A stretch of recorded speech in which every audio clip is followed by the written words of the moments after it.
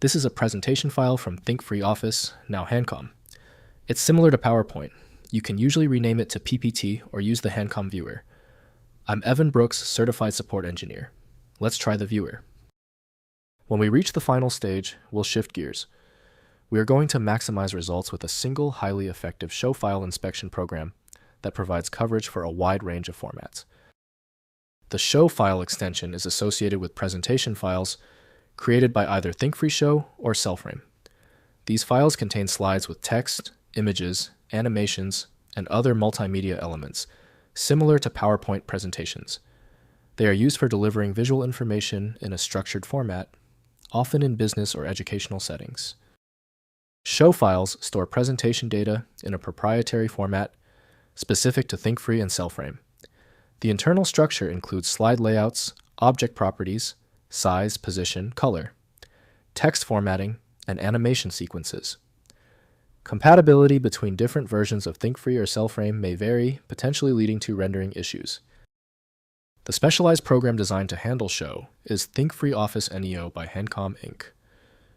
The raw visual data is present, but Windows lacks the necessary parser to display it correctly. Windows cannot interpret embedded objects correctly, so editing depends on compatible presentation programs. We are testing every application for file recognition. Right-click your show file and choose Open With. Test ThinkFree Office. NEO first. If it fails, select another application. The solution lies in finding the right reader.